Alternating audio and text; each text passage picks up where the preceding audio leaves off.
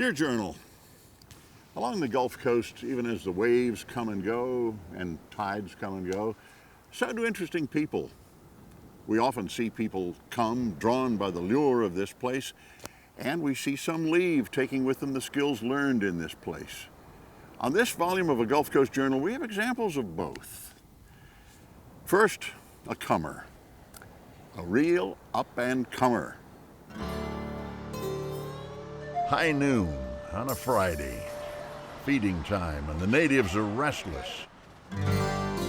In this town, where expectations are high and tolerance for the ordinary low, one well-known gun is quick on the draw. Welcome to Mattison country.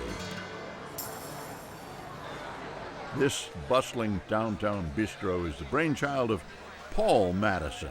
Love it, everything. Celebrity chef, caterer, TV host, and community philanthropist. Paul has his hands on as many projects as fresh ingredients. But he is most comfortable in the kitchen he calls his own. Well, I've got some duck, I've got some beef, I've got a piece of fish. Are you hungry? What do you wish for? The fish would be wonderful. I grew up with a very Italian grandmother and had a Greek mentor in the business, so I think a lot of my flavors tend to lean toward Mediterranean and that kind of thing. The New York native attended the Culinary Institute of America. After graduation, heading out west to Aspen. I thought after all that effort and all that high energy of school and graduating, before really taking my life seriously, I'd just do one ski season and goof off. That lasted about 5 years. He was lured from the slopes to Sarasota in 1991. His first venture, Siesta Key's famous Summer House restaurant. I can do KP here while you're proceeding. Good. Sauteing up some shallots and your little tomatoes. Yeah, little grape tomatoes. And these are fun. These little tomatoes will blister the skin a little bit and really pick up a neat little flavor.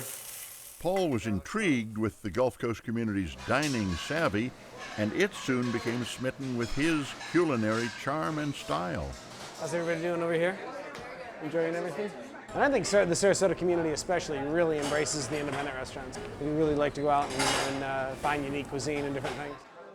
When designing a restaurant, he says, he lets the space dictate the style and the cuisine. And this was purposely designed to remain very open. The space used to be two different businesses. There was a packaged liquor store downstairs and a restaurant upstairs. Rather than make it two separate businesses, we wanted all to feel like one space and one continuation of downstairs to upstairs. So we're trying to put it together so that although there's two different menus going on, that the downstairs and the upstairs space really come together. One might think Paul spreads himself as thin as a crepe, overseeing so many business ventures. Oh, how we looking? Yet he somehow manages to devote time and generosity to many community programs.